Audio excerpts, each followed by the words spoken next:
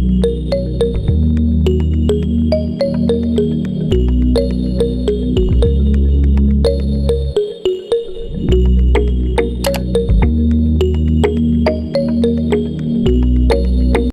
hangat hari ini, Kuala Lumpur, Suruhanjaya Pencegahan Rasuah Malaysia SPRM akan meminta bantuan Jabatan Imigresen Malaysia JIM untuk membekukan pasport Datuk Muhammad Adlan Berhan sekiranya masih gagal dihubungi atau tidak mendapat sebarang maklum balas. Ketua Pesuruhjaya SPRM, Tan Sri Azam Baki berkata, tindakan tegas itu perlu dilaksanakan bagi memastikan menantu pengerusi Perikatan Nasional PN, Tan Sri Muhyiddin Yassin itu bersama seorang lagi suspek yang dipercayai terlibat rasuah dan penyelewengan berhubung projek di sebuah kementerian dapat dibawa pulang, seterusnya dibicarakan di mahkamah.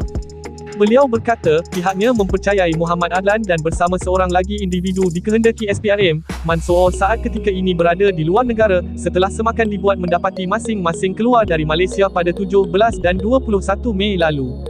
SPRM tidak boleh berkongsi maklumat berhubung lokasi yang dituju oleh mereka, tetapi apa yang pasti mereka masih di luar negara. Kita mengesyaki mereka berada di sebuah negeri, di luar negara, maka tindakan yang boleh diambil adalah meminta JIM membekukan pasport kedua-duanya sekiranya masih gagal memberi sebarang maklum balas, katanya dalam sidang akhbar pada Rabu. Beliau berkata demikian selepas merasmikan Majlis Perbarisan Tamat Latihan Kursus Asas Pegawai SPRM Siri 27, Penguasa P41, di Padang Kawat Jabatan Penguatkuasaan Dewan Bandaraya Kuala Lumpur, dekat sini. Muhammad Adlan dan Mansoor merupakan individu dikehendaki SPRM bagi membantu siasatan isu rasuah dan penyelewengan berhubung projek berkaitan pendaftaran, pengambilan serta penyimpanan biometrik pekerja asing di sebuah kementerian.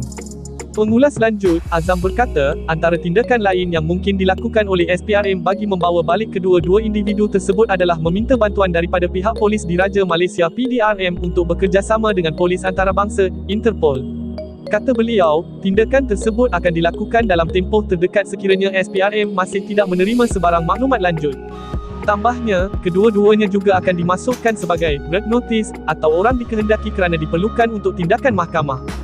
Ditanya sama ada kedua-dua cuba melarikan diri atau pergi bercuti atau sebarang kemungkinan lain, Azam secara berseluruh berkata, sama ada melarikan diri atau tidak, semua orang boleh tahu tujuannya. Tuan-tuan fikir sendirilah, kalau SPRM sudah keluarkan senarai dikehendaki, maknanya dia gagal hadir ke pejabat SPRM bagi membuat rakaman percakapan. Oleh itu, terdapat kemungkinan dia dan seorang lagi individu cuba melarikan diri, ujarnya. Jelas beliau, SPRM sebelum ini sudah melakukan pelbagai usaha bagi mendapatkan kedua-dua suspek. Kata beliau, ia termasuk berhubung terus dengan kedua-dua penama dan peguam masing-masing, namun kedua-duanya masih gagal menghadirkan diri ke pejabat SPRM. Ditanya sama ada Muhyiddin akan dipanggil bagi membantu usaha mengesan dan membawa pulang Muhammad Adlan, Azam berkata, perkara itu bergantung kepada proses siasatan. Menurutnya, sekiranya keterangan Muhyiddin diperlukan oleh SPRM, maka pengerusi PN itu akan dipanggil bagi membantu siasatan. Sekian info hangat terkini hari ini. Terima kasih.